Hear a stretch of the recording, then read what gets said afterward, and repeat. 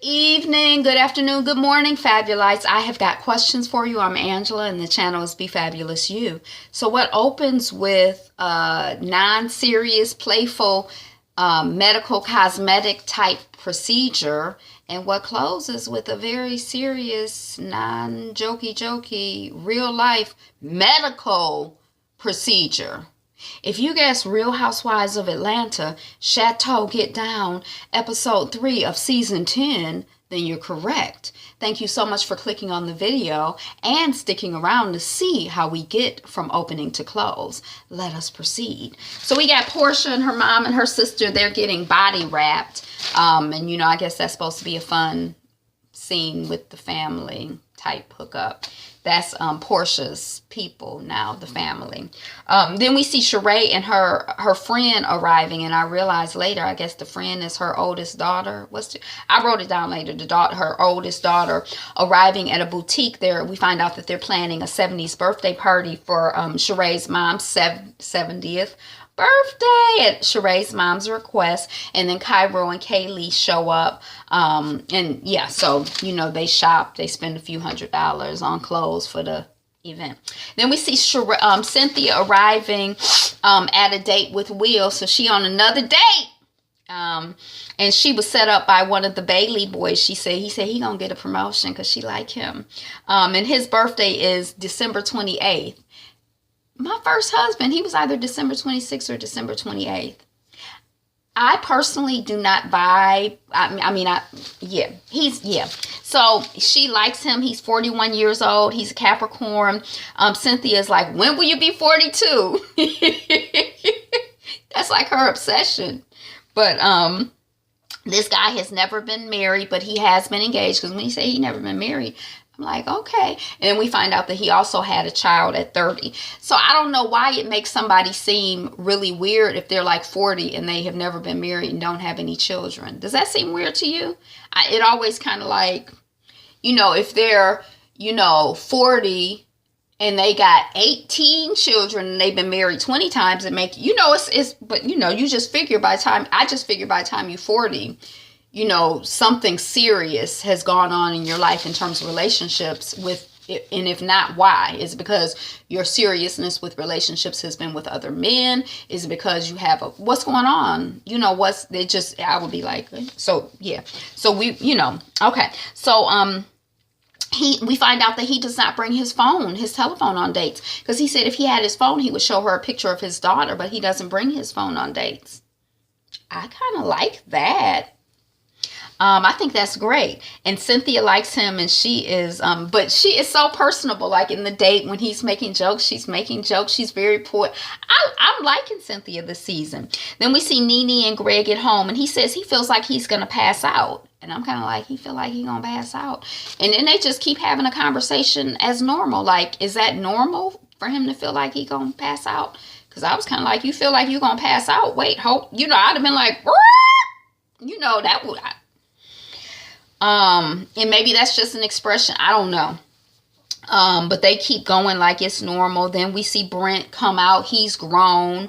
I'm like, he 18. And they show a montage of like, him throughout the years on the show. And we have basically seen him grow up on TV in little, not fully. We just get little bits and pieces of him here. But it's like, yeah, he was a little boy when the show started. He grown now. I mean, he 18. He ain't really grown. But, he big boy. So Brent is going to try his hand at comedy and acting. Okay, that's interesting. We see Candy and Todd arriving at a meeting. Don Juan and Carmen are there, the candy-coated crew.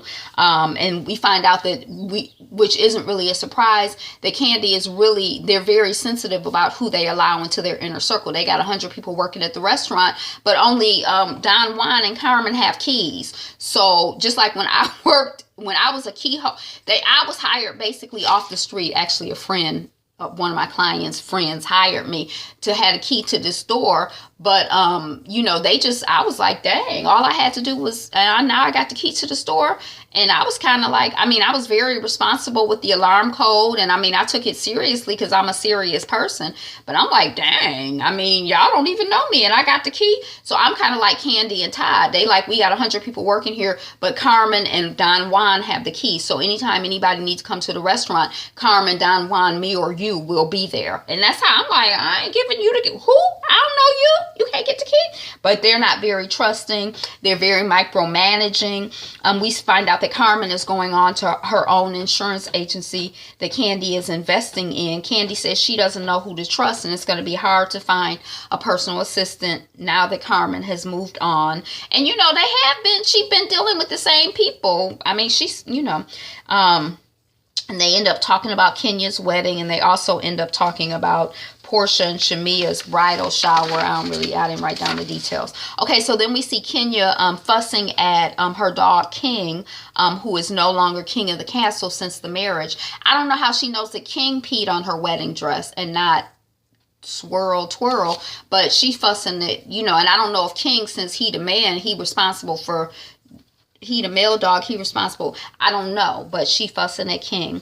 And then she calls her husband, and her husband was in corporate America. And, you know, I was kind of confused because she's like, her husband is really upset. He's not really used to dealing with haters. And I'm kind of like, wow, he's coming from corporate America and he's not used to dealing with haters. But then I guess I was thinking it's a whole different scale when you have to deal with, like, I have dealt with people where it might be like, you know, in my workplace, there might be 1 or 3 people who don't like me and are mean to me and try to hurt my feelings and bring me down.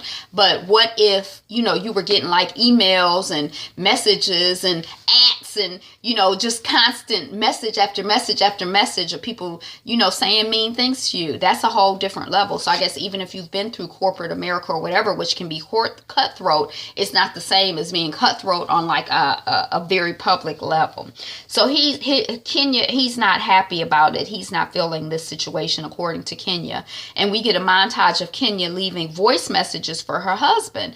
And it's like she keep getting cut off. The messages are too long. Something's wrong.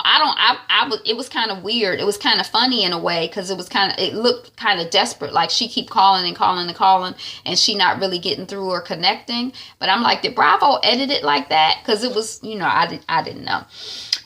Message was deleted, whatever. We see Sheree working on her mother's party, or maybe she's just delegating and instructing. But anyway, her mama's party is progressing. Then we see Porsha and her sister arriving for a meeting with a business consultant, and they say that she's late. And she says, "Oh, but I'm less late than I usually am, right?" And I was kind of confused because I'm kind of like, well, she don't be late to Dish Nation, does she? So why is she late to this meeting? You know, I didn't really understand. But then another guy came in after her who was part of the meeting. So I'm like, did production tell him to come in? Now Portia's here, come on in. Or was she, maybe he's even later. The whole late thing with I was confused. So, because I'm kind of like, this is business. This your business. Yeah. So I didn't understand what was going on. But anyway, it's probably just production. So Porsha has a vision for a hair salon. The unique, you know, they're like, well, what's the unique selling proposition? Basically, like, what makes your salon stand out from all the others in Atlanta? And she's basically like me, which I think in a way is sort of like, you know, Candy's restaurant. Like, I don't know, like when I was in Atlanta, I wasn't able to get to the restaurant because of when we were there. But if I could have gone to the restaurant, I would have gone because it was Candy. And I don't even really eat that way. But I'm like, well, I could probably get some candy yams. Or, oh, I wonder if the candy yams are really good at candy coated yams at Candy's place. But I would have gone just for the novelty of it's like on TV, and I don't know why I would have gone, but I would have gone. If you know, yeah. So and I guess maybe that's how Porsha figures the hair salon will work. It's her salon, and you know, she does have the hair bundles that she sells, and I hear that's doing well, and she certainly knows how to put herself together. So Porsha is like, she wants to be there at the salon, and her sister is like, well, what are you going to do at the salon? Because I do all the work. What are you going to do? And Portia's like, I'm going to be the boss. And they end up getting into an argument. But I think what Porsha is trying to say is, just like Candy said at the beginning of this episode or the last episode, she tries to be at her restaurant as much as she can because she knows that that's good for business. Like when there was this restaurant I used to go to in New York, and there was a designer, and his sister ran the restaurant. Was her name Cookie? She was a former model. It was her restaurant, and I think she might have been dealing with not Sylvester Stallone, but anyway, she was like famous adjacent or whatever, but sometimes she would be in the restaurant. I kept going to the restaurant because it was good. Tookie, her name was Tookie Smith, but whenever Tookie would be in the restaurant, it would be like a little electricity or excitement, even though I didn't, her brother was Will Smith. He was a black designer. Tookie Smith was a model, I think, and she was married to or involved with Robert De Niro, maybe. But anyway, I don't know. But it was like a little exciting. So like when Candy is at the old lady gang, it's probably like a little bit exciting. Like, oh, and when Porsha shows up at the hair salon, it's probably like a little bit exciting. Like, oh, so that's what she talking about. She ain't talking about being there and working as a receptionist or she's talking about being a hostess. Hey, how's everything going? Thank you so much for coming to the salon. Yes, girl, I like that. That's cute on you. Ooh, you should try this bundle. These would be really cute. That's what she's talking about doing, not like, being a personality. And, so she and her sister get into an argument over that. There's clearly some tension between Porsha and her sister, or maybe it's just tension for the TV, but through the TV, it looked like tension to me. Her sister basically feels like she's doing the work. I do everything. I do get paid, but I don't get paid what a normal person would get paid. I get paid what you would pay your little sister. And then Porsha is like, you make 15%, but you're not putting in a dime into the company. And her sister is like, I'm putting in my blood, sweat, and tears, my equity, my blood equity in. My sweat equity in, my tear equity in, and I put my life on the line. And then you need to appreciate me for it then. And then they get into an argument, and I do appreciate you. I don't appreciate you. You ain't doing nothing.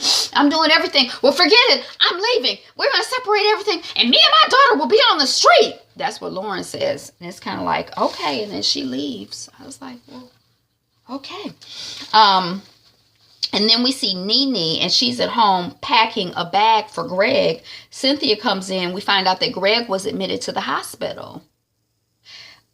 He had chest pain, and he had some numbness, and they may do a minor surgery in the morning. And I think also that Nene had said that, heart issues run in his family, so he's always kind of concerned about stuff like that. Look, I'm getting a shortness of breath just hearing it, because I'm like, oh my gosh. I mean, because earlier when he I feel like I'm going to fall out, I want to lay down. I'm like, he's a man of a particular age. He was trying to get his child to get him some cake instead of an apple. So I imagine that he's not really taking good care of himself.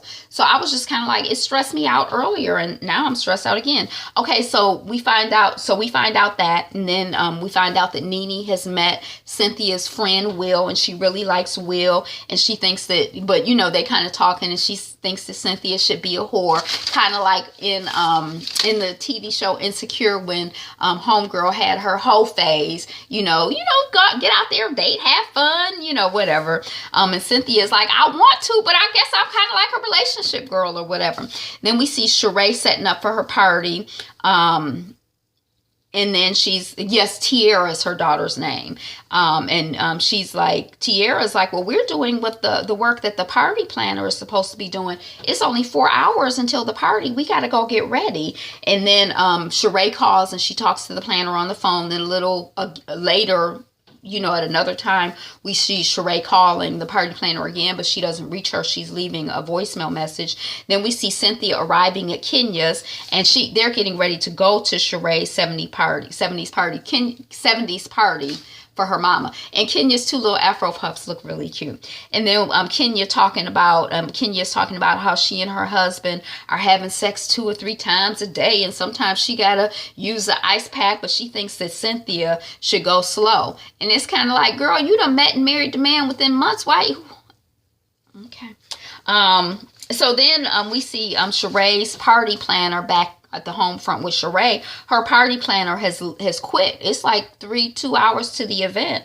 And I'm kind of like, wow, I'm confused about what the issue is. But the only thing that I know as a viewer is that there seems to be a pattern. And she's like, I'm just going to be the party planner because these party planners can't handle me. And it's kind of like, I mean, what's really going on, Miss Sheree? If you have an issue with one party planner, I don't know what's going on. When you have an issue with 2 party planners and then 3 party planners, I'm kind of like, well, what's going on with you? I don't understand. But they didn't really show us in editing, what happened. We see Nene arriving at Kenya's, and she looks into Mr. Daly's closet. She's found out the man's name.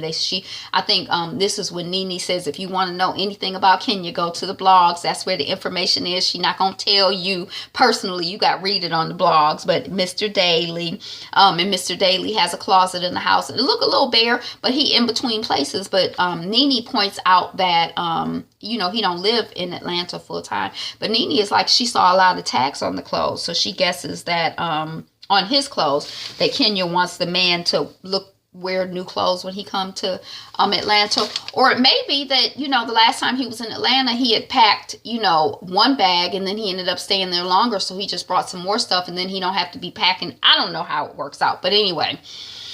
Or it could be that if you renting a husband, you could just rent a wardrobe and put it. I'm just joking. She didn't rent. That's my homegirl from Detroit. She didn't rent a husband. Okay, so then we see Kenya, she come out in her hot pink and gold, and it is so very. And they head to the party. We see Sheree on the phone, and she is finally, I'm finally getting my glam on. And then Thelma arrives. She's the birthday girl, 70 years old, and Candy and Porsha are there. And Nene and Cynthia and Kenya arrive too. And then Nene in the interview says that she hasn't seen Porsha since the last time. And she said, I don't see her now. Shade. Is that shade? Pettiness. Is that pettiness? Then we see Nene talking to Greg on the phone. She's on the way to a procedure that she thought was noon. But she's finding out from him that they've changed it from noon to 11:20, and he's kind of like, she's like, well, tell him I'm on the way, and they told me noon, and can they push it up? Then we hear him talking to the people in the background, and then he's like, oh, can we push it up? And they like, he got to get off the phone. And then we hear like a voiceover of Nene kind of talking about, oh my gosh, my husband's sick. I don't know what to do if something happens to him. And I don't know if she's joking or not, but she's like, she might have said this earlier, who's going to cut the lawn, or who's the pool guy? Who do I call? And I don't know, it's kind of like, in a marriage, certain responsibilities can be divided where you may not even know what is going on in somebody else's realm of responsibility, because it's just like he just take care of that. So I don't know if she's saying that or she's saying he's the pool guy. And then earlier, Cynthia had also said that she felt that Nene was in a little bit of denial in terms of, the potential seriousness of what's going on with Greg. And then, the stuff is on TV. You got camera crews there, and it's kind of like it's a lot going on. So I don't know. I don't know. I'm assuming if Greg had made his transition, I would have heard of it. So Greg is alive, but we're praying for his health. We're praying, just for, all of us, we have to take good care, the best care that we can of our bodies, and just really be willing. I was talking to my mother the other day, or maybe today, that sometimes the only criteria that we look at when we think about food is how good does it taste to me. And good taste is actually acquired, because like I don't really drink alcohol. The first time I tasted alcohol, I'm like, ew, it tastes bitter, and ugh, why would I drink this? And people are like, oh, you have to get used to it. I never really acquired a taste for alcohol, because I'm like, for what? So that I can be drunk. And then by that time, somebody in my school had a train run on her. They had gone home for a half day, on a half day, they had gone to some people's house and they were hanging out and they got drunk, and she got a train. And it was kind of like, why would I acquire a taste for something that's going to have me out of control? But anyway, we focus so much on things that taste good. And I was just going to say that, as your taste buds change, or at least as my taste buds have changed, what tastes good to me is different from what used to taste good to me. But good taste cannot be the only criteria that we look at when we're nourishing ourselves, when we're feeding ourselves, when we're eating. You know, something can have 800 chemicals in it, but if it tastes good to you, then it's good. Something could be killing you, but if it tastes good to you, then it's good. No, good. We have to look at good, taste good. It has to be good to you and good for you. You know, and a lot of times when stuff is good for you, it's also good to you. You just have to open yourself up to that. So I say this to Greg and to all of us. I'm about to go drink me some water now. I think I've only had 1 cup today, and it's like 4 o'clock. In the last couple of days, I've been really behind on my water drinking. Maybe I need to do something I need to spice it up. But let's just all take care of ourselves and support each other and taking better care of each other. You know, because we want our loved ones to be around for as long as possible and in good condition. We don't want it to just be normal to be like, my stomach is upset. You know, sickness is not like, yeah. We want to have a good life and a good quality of life. I want that for all of you because you're the greatest. You're number one. Share this video, like, subscribe. Welcome back. Thank you for being here. Thank you for being you. Thank you for being fabulous you. Be you.